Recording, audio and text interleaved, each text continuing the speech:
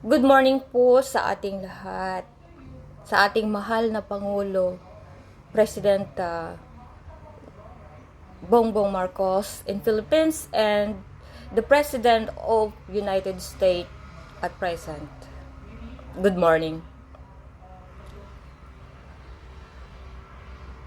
Nabasa ko po this morning, 20 days ago, na may naka-release na budget po para sa mga living World War II veterans. At kahapon po tumawag ang aking pamangkin. At doon ko nalaman na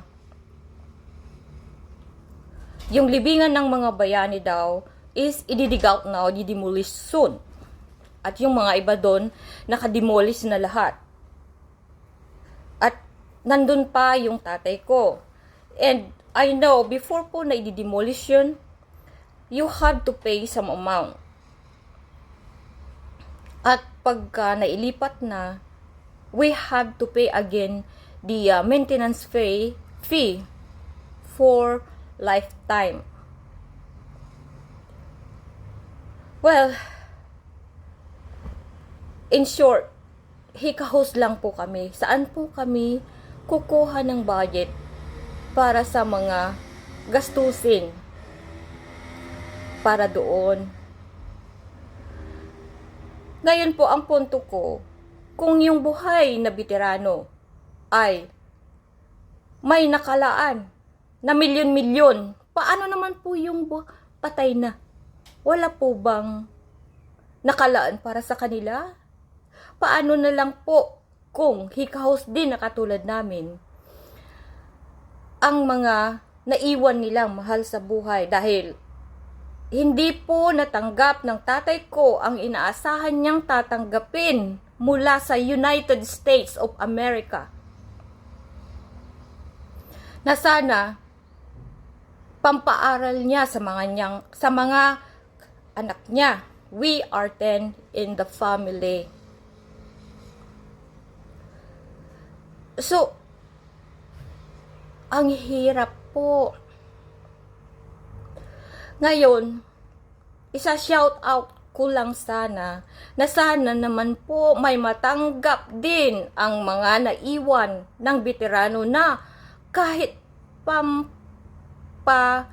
maintain lang sa kanilang mga libingan. Dahil ang sakit po sa puso na makita ko, milyon-milyon ang nakalaan na budget, naka-release na budget for the living one. Eh yung father ko doon, kahit pambili man lang sana ng kandila, wala. Dahil patay na. Ganyan po ba ang pinapahalagaan ng hero ng Pilipinas? Please naman po. We have to look in two angles, dead and living.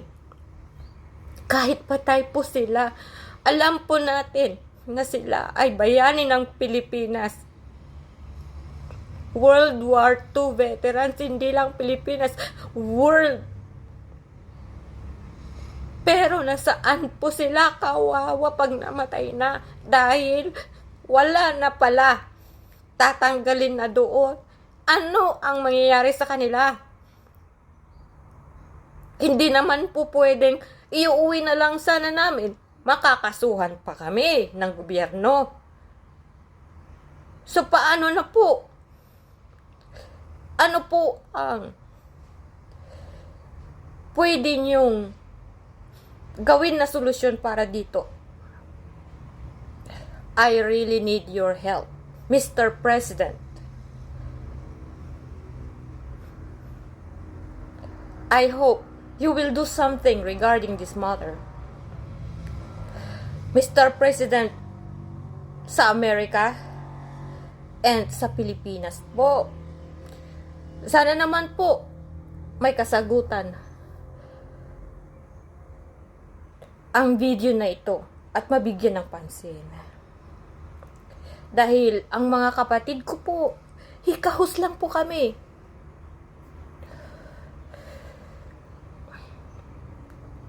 At sana po mabigyan pansin.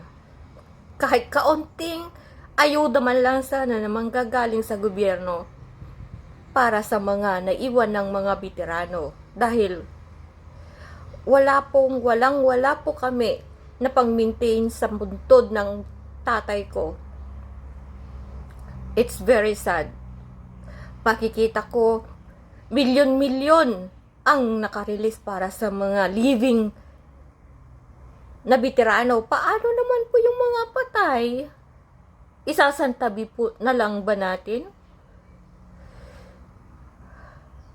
Please